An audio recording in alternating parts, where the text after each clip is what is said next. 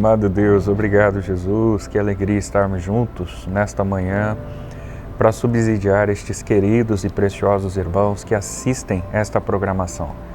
Obrigado pela vida do Júnior, do Rony, pela minha vida, que estamos aqui a fim de servir ao Senhor através desta exposição. Seja conosco, nos dando a iluminação necessária, a palavra necessária e também dando a estes servos teus a receptividade para guardar a palavra no coração deles, Pai. Isso nós pedimos a Ti em nome de Jesus. Amém.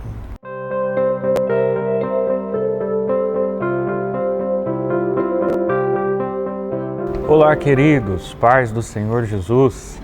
Que alegria estarmos juntos na manhã desse dia, ou você que está acompanhando à tarde, à noite. Nós estamos aqui na Assembleia de Deus Ministério do Belém, no campo de Presidente Prudente, oeste do estado de São Paulo, como sempre dissemos. Igreja essa liderada, presidida pelo pastor Samuel Padilha de Siqueira.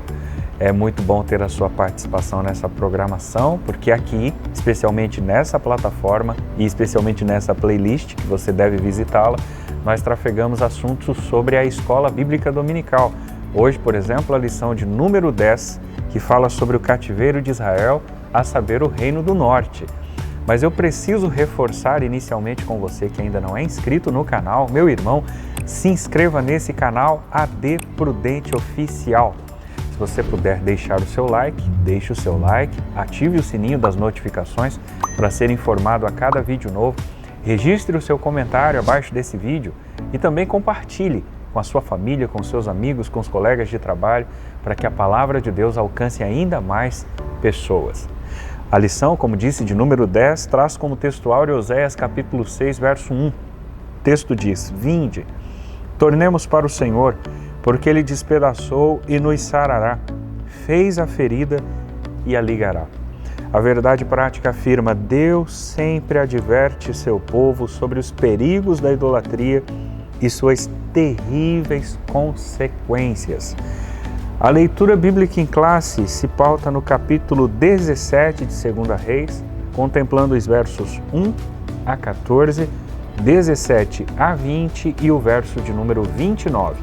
Eu quero convidar para introduzir e também dialogar o tópico 1, Samaria, cercada pelo rei da Síria, com vocês, meu amigo Júnior Santiago. E meus irmãos, esta lição vai tratar especificamente sobre Israel, Reino do Norte.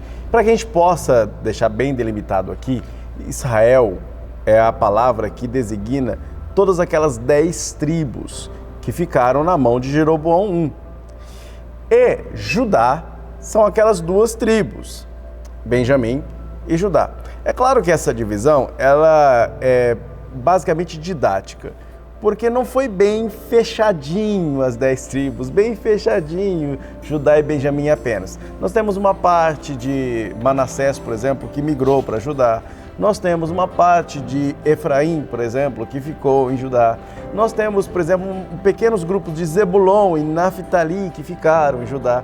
Nós temos algumas tribos cananeias em volta de Israel que se fundiram às 10 tribos no período de Jeroboão. Então não é bem assim uma divisão exata, mas para efeitos didáticos e também para um melhor delineamento da cronologia da época, se dividiu assim: as 10 tribos na mão de Jeroboão, portanto, chamadas de Israel, e as 2 tribos nas mãos dos descendentes de Davi, que ficou conhecido como Judá. Então, quando você ouvir aí alguém falando de Israel, lembre-se das 10 tribos que depois virará Samaria, ou os samaritanos do tempo de Jesus. E quando você ouvir Israel Judá, ou os judaítas, ou os judaizantes, todos esses atributos, você está se referindo, ou os judeus, está se referindo basicamente às 2 tribos que ficaram na mão dos descendentes de Davi. Essa delimitação nos ajuda, portanto, a trabalhar essas questões que envolvem aí o Antigo Testamento. Hoje nós falaremos de Israel e não de Judá, que era o Reino Sul, tá? Reino Norte, Israel. Então, ouviu Israel, Reino Norte aqui neste contexto. Muito bem. A capital do Reino do Norte, a capital de Israel na época, não era Jerusalém. Jerusalém é capital de Judá. Hoje, Jerusalém é a capital de Israel. Mas naquele tempo, o Reino do Norte, a capital ficou transitando em algumas cidades até se fixar em Samaria. Samaria ficou uma grande cidade, né?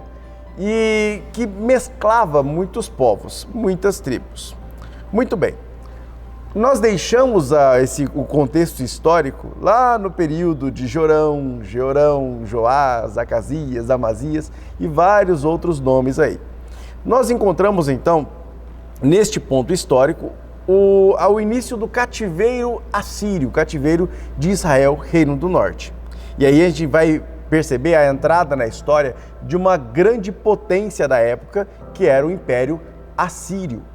E irmãos, aqui o foco está muito localizado na pequena região do Oriente, ali naquela região entre Mesopotâmia, Mediterrâneo.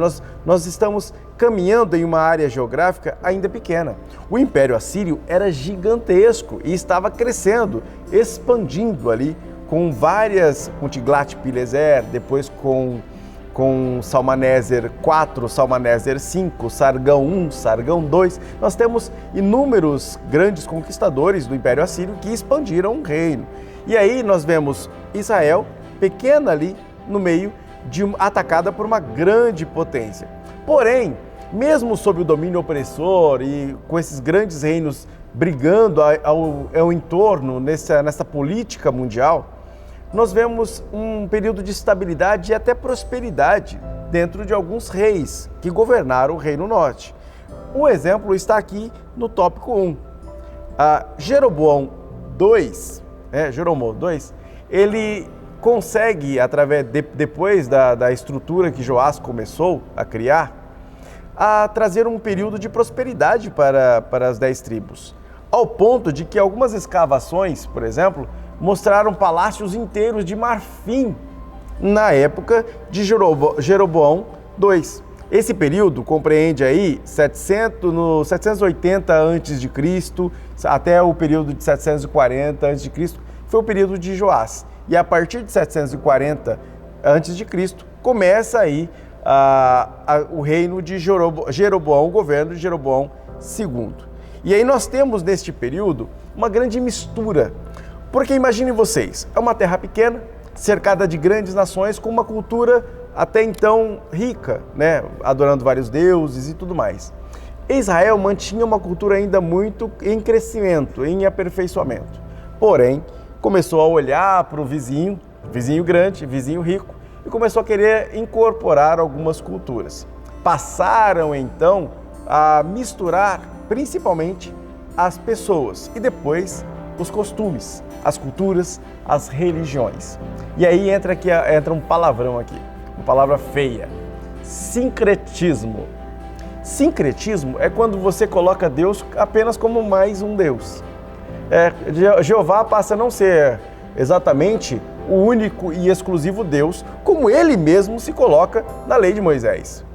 Ele passa a ser apenas o maior Deus, ou Deus da terra, né? Como os egípcios, como os assírios, como os babilônicos e como os persas entendiam Yahvé, ou Jeová, como mais um Deus. E Israel também passou a acreditar que existem outros deuses, outros mediadores, outros intercessores para os quais eles poderiam recorrer. Ou seja, quando eu não tenho tempo de ir até Yahvé, eu vou até Baal. Se eu não tenho tempo de ir até Baal, eu vou até Ishtar dos persas, ou a Astarote, ou a Aserá. E aí, se por acaso não der certo, eu recorro a Yahvé, ou acendo incenso a Yahvé e depois corro para ofertar frutas a Baal. Então o povo começou a misturar elementos das várias religiões. Isso se chama sincretismo. Isso começou a abalar não só a religião existente aí no Reino do Norte, mas também seu contexto econômico. As pessoas começaram a não ter um valor moral muito bem definido. E aí entra nessa mistura corrupção, injustiça social, hipocrisia. É aquele que diz: não, todos os caminhos levam a Deus. Deus é um só. Não acredite nesse tipo de declaração. Esse tipo de declaração é uma declaração sincretista, em que deve aceitar Deus dos cristãos e ao mesmo tempo fazer orações a Buda, ou ir lá no terreiro fazer um passe, ou qualquer outra coisa. Muitas vezes, quantos crentes a gente tem que corrigir que adora a Deus no domingo e na segunda-feira olha o horóscopo, Ora, isso é a mesma coisa que Israel fazia. Quando você fala do horóscopo, que é uma figura não ligada à religião cristã, de repente, ao mesmo tempo, no domingo, está adorando a Deus, você está sendo sincretista. Tome cuidado com isso. Não misture as culturas e as religiões, porque Deus é um Deus de exclusividade. E isso é muito importante porque ele deixa declarado de forma direta na sua lei. E em Jeroboão II, apesar de haver uma expansão econômica e uma melhoria na qualidade de vida, essa melhoria não era para todos, era para uma elite. Jeroboão II, ele oferece benesses apenas à elite e deixa os pobres para lá. Tipo, ele imaginou que, eles que se virem, vamos privilegiar a nossa panela, a nossa turminha. É uma conduta que, no final das contas, ocasionou uma derrocada espiritual, financeira, econômica e gerou rebelião dentro do próprio contexto do Reino do Norte.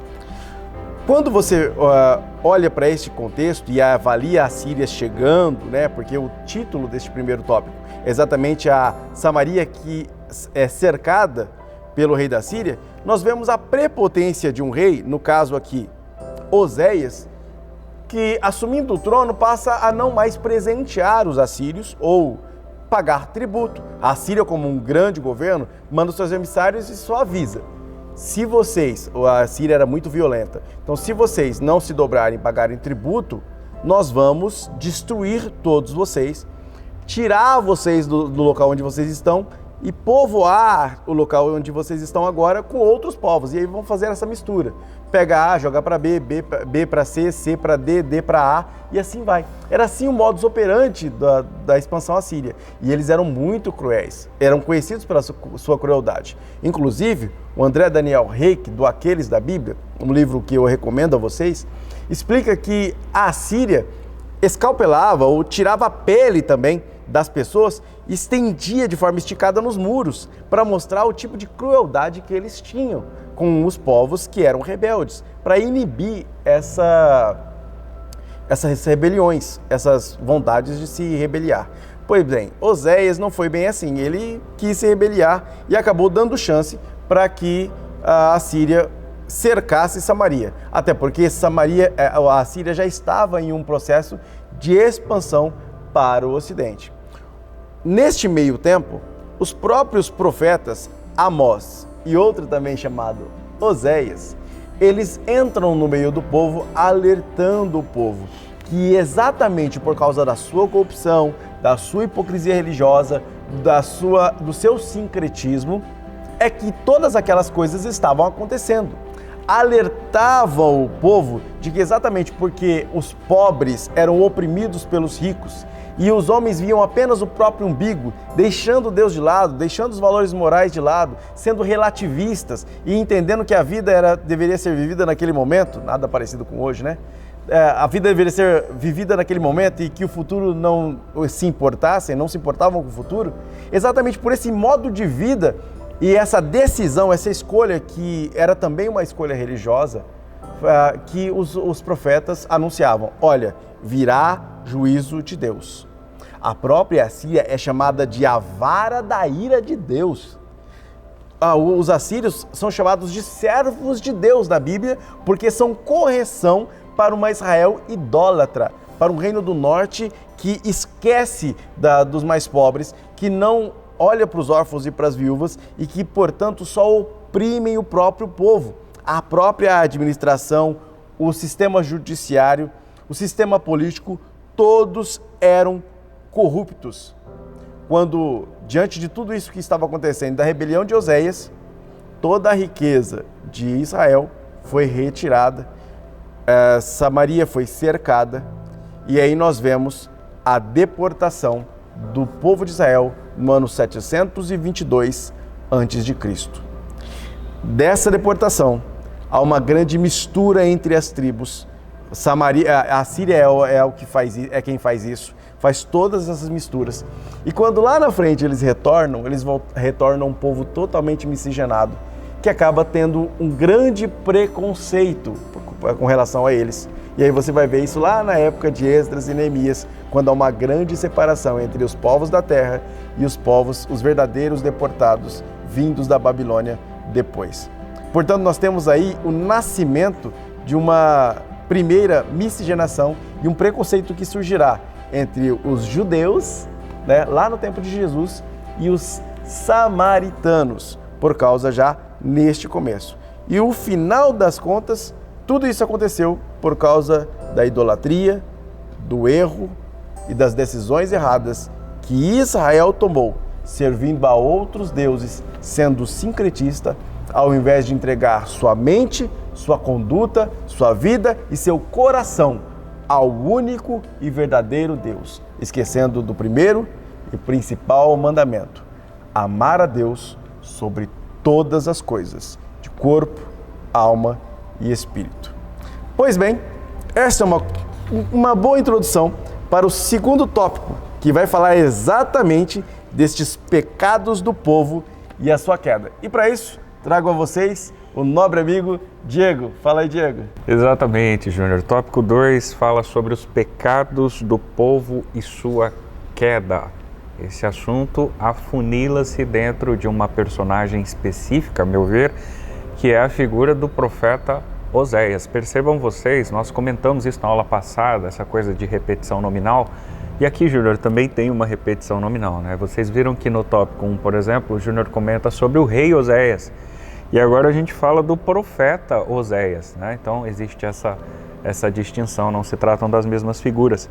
Aqui, por exemplo, no tópico de número 2, nós temos um dado muito relevante, porque se vocês perceberem, por exemplo, o primeiro apontamento, o pastor Pomerining discute sobre o terrível pecado da idolatria, né? Acho que a idolatria vem sendo chave nas nossas abordagens desde a primeira lição, né, Júnior? Na verdade, foi o pivô, né, de todo o problema vivido por Israel antes da divisão, pós-divisão, pós-exílio, antes do exílio, enfim, né, porque continuaram vivendo com conceitos de idolatria. E aqui nós temos o primeiro apontamento feito pelo pastor Clayton, que é exatamente o terrível pecado de idolatria. Parece ser redundante, mas nós temos um outro cenário agora vivido, elucidado, exemplificado pela figura de um profeta Oséias. Olha só que dado interessante. O pastor Pomerining destaca no primeiro momento dizendo que desde que o reino de Israel foi dividido, o norte se inclinou mais intensamente à idolatria do que o sul. Olha que dado importante. Nós já comentamos em outros momentos sobre essa divisão, Júnior colocou muito bem aqui no tópico 1, resgatando essas informações históricas. Só para reforçá-la em um exato momento, perceba que nessa cisão, de fato em Judá, nós temos esse segmento da linhagem de Davi que vai desencadear na vinda do Messias. Mas no norte nós temos trocas de dinastias, né? Nós não temos uma família apenas seguindo a linhagem de liderança. Inclusive uma das dinastias é justamente aquela de Onri, né? Que vem Acabe, depois vem a sua família, a própria Thalia, que a gente comentou aí na lição passada. Um outro dado que a gente pode reforçar aos senhores, embora também já tenhamos dito, é que no Reino do Norte nenhum rei, e nós não estamos sendo aqui radicais, nenhum rei conseguir exercer uma boa gestão ou uma gestão que estivesse ausente da idolatria. Todos eles foram péssimos, foram maus reis à frente de Israel. De modo que desde o próprio Jeroboão, com o intuito de inibir a vinda agora dos irmãos do Reino do Norte a Jerusalém para prestarem culto, adoração nas festas sagradas, eles estabeleceram locais, naqueles que a gente já comentou também, que se tornaram colegiados de profetas, como Betel, Gilgal, Jericó, locais de adoração, mas não só locais de adoração a Deus, como também locais de idolatria, porque nestes espaços, bem como outros espaços dentro do território do Reino do Norte, diversos altares foram construídos para Baal e para outros deuses, para outras entidades. Um outro fato que a gente pode e deve destacar no item 1 do tópico 2 é que o profeta Oséias agora foi convocado por Deus para uma situação que o pastor Clayton chama de estranha, bastante inusitada. A história é uma metáfora com o que acontece com Israel, mas ela é verídica. Viu, irmãos? Existem alguns teóricos que a tratam como algo alegórico, mas não é. Aqui está explicitado que isso de fato acontecera, esse profeta passara por este processo para exibir, elucidar o que Israel fazia com Deus. E o que vai acontecer? Vamos rememorar. O profeta Oséias vai tomar por mulher uma mulher de prostituições, chamada Gomer. E olhem os senhores no texto, nas entrelinhas e fora dela, que o profeta amava essa mulher. Por quê? Porque ele está representando Deus na história, que também amava Israel. Tá? E a mulher, a senhora prostituta, chamada Gomer, ela representa Israel, que por ser prostituta se prostitui de fato, traindo a figura de Oséias, assim como Israel fazia com Deus. Só que eles vão ter filhos, né? Embora nosso material não retrate quais são os filhos, a Bíblia o diz, e nós podemos reforçar quais eram as intuições e os significados de cada um deles. O primeiro filho entre Oséias e Gomer é Jezreel, e o significado deste filho é Deus semeia. Qual era a ideia, portanto, nesse primeiro momento que Deus queria aplacar a figura da nação de Israel?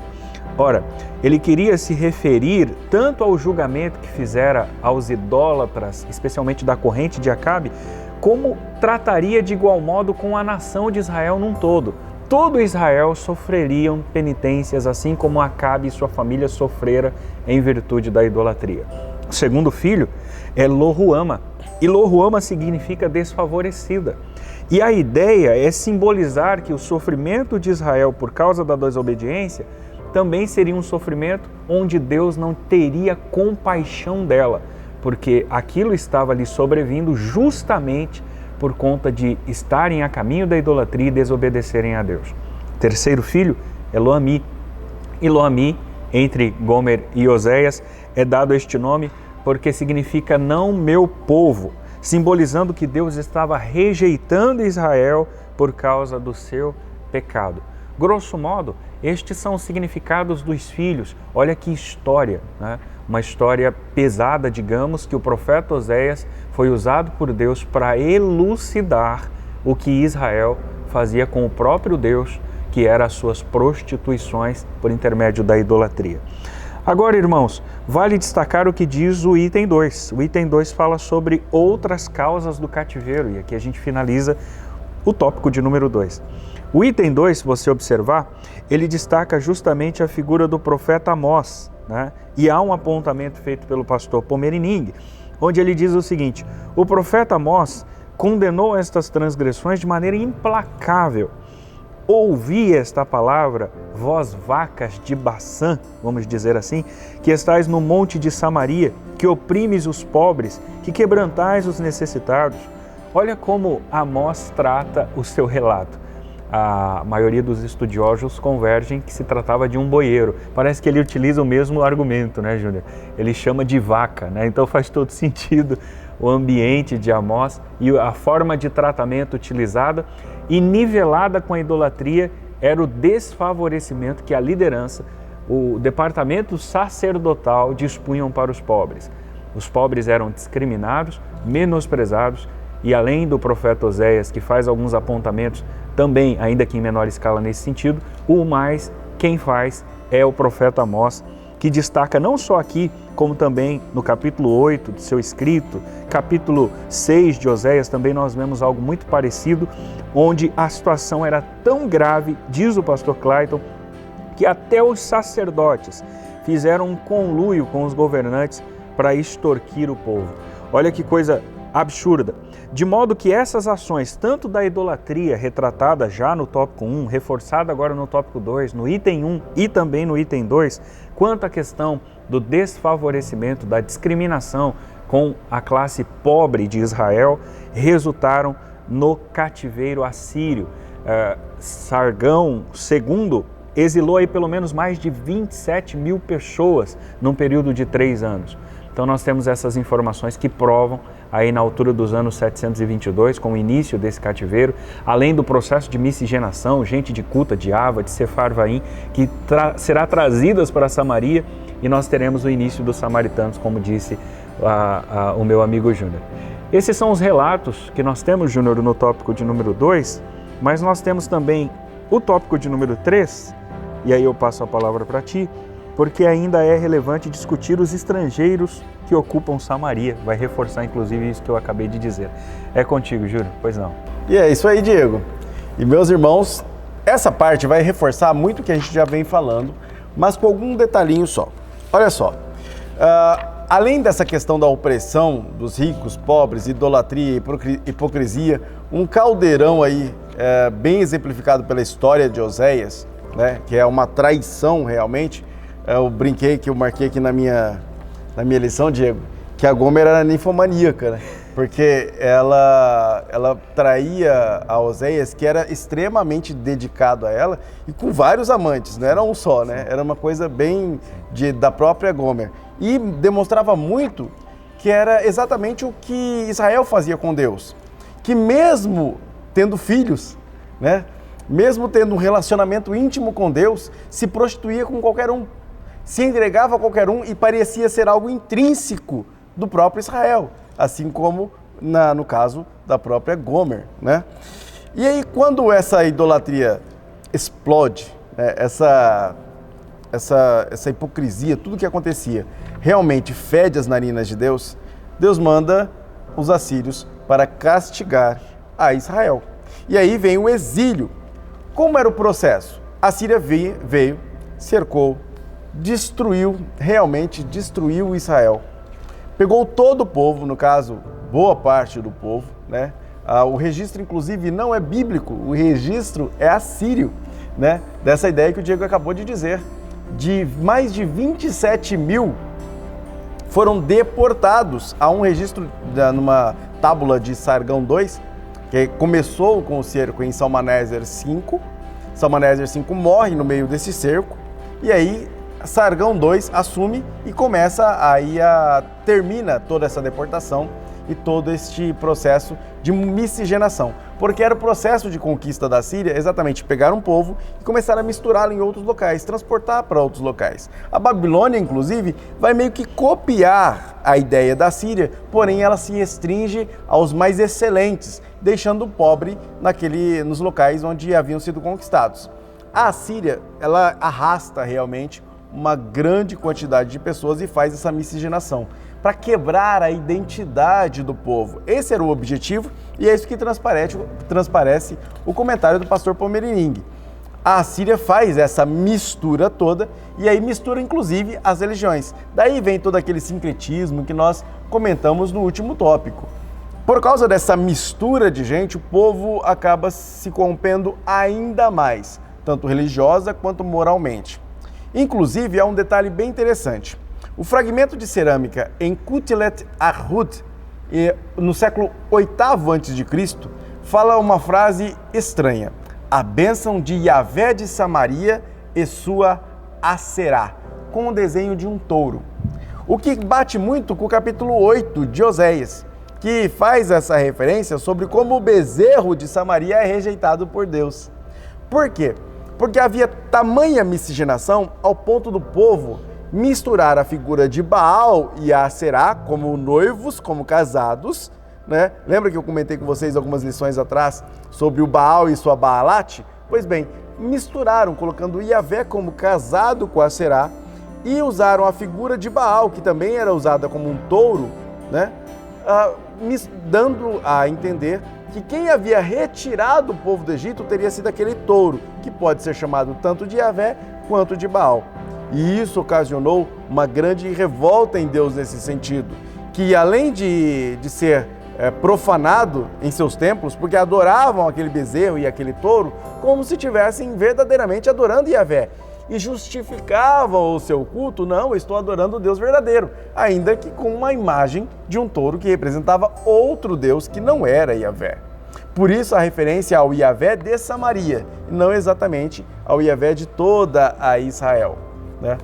E aí a gente precisa pensar em como nós acabamos sendo sincréticos do mesmo modo. Temos que tomar cuidado em criar representações de Deus que cabem na nossa caixinha, e não necessariamente naquilo que Deus verdadeiramente é. E cuidado com a mistura das culturas.